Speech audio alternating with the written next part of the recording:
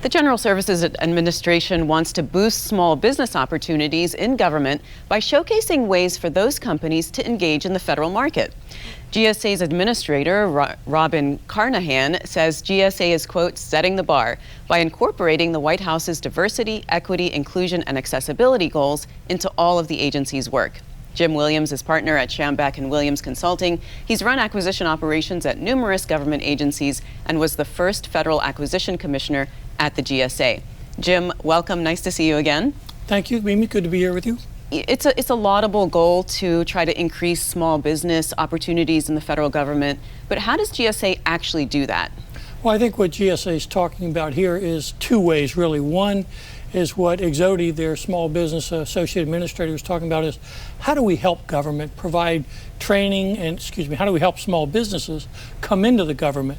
And that's a really difficult task for small business. And training them, providing them with the paths to get there is very important, but providing them the acquisition vehicles is the second half, which is really where things like Polaris are headed, which is a small business IT services, huge GWAC.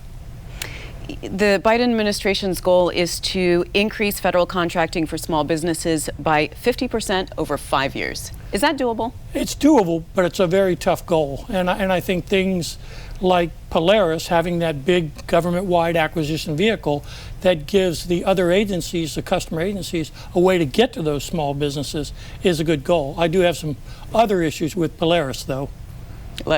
Please share it. Well, I think it's great. I mean, I'm a huge fan of small business and allocating or making sure that a lot of the procurement dollars go to small business because small businesses do great work.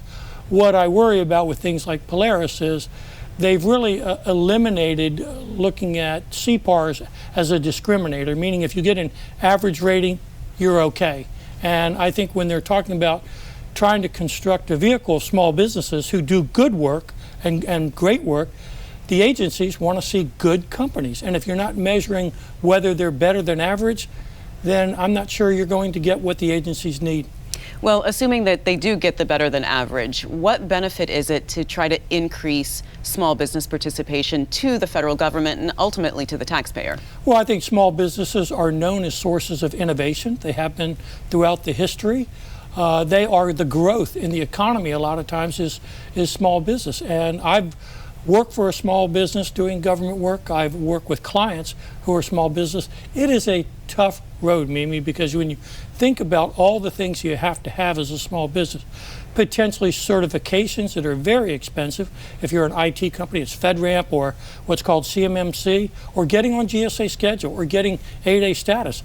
Those are hard things to get, and sometimes they have to hire people to help them get those things. I want to shift a little bit to greenhouse gas emissions because the GSA recently put out an RFI, a request for information, for technologies that could reduce greenhouse gas emissions. It's a big priority for the Biden administration, but they've also had this Green Proving Ground program for 10 years. What's the difference? Well, I don't think there's any difference. The Green Proving Ground is where they take submissions from the RFI and say, if you have a good idea, let's bring it into our testing lab, our Green Proving Ground. And that's something GSA has had for a while. I think the difference is now with this RFI, they're doing it with Department of Energy. And they're really trying to be the leader for the Biden administration goals on climate change and energy reduction. If we're going to get to those kinds of goals, whether it's reducing the Earth's temperature by 2050, or GSA even has more aggressive goals by 2030, you've got to take the best ideas from the private sector. And the Green Proving Ground has been around for a while. I think they're really trying to get things more in the energy space, which I think helps meet those climate goals. Are there other agencies, or what could other agencies learn from GSA on both fronts, increasing small business participation and reducing their carbon footprint? Well, I think GSA works together with the other agencies. They have for years with EPA on some of their programs, with the Department of Agriculture on some of their biodiverse products. So I think other agencies are doing things, but this really is a whole of government approach. It's not just GSA. Department of Defense is just about to name a climate czar. So I think GSA and DoD can further partner on things that they can do as leaders in the government that help the other agencies. All right. Well, Jim, thanks so much. Nice talking to you as usual. You too, Mimi. Thank you.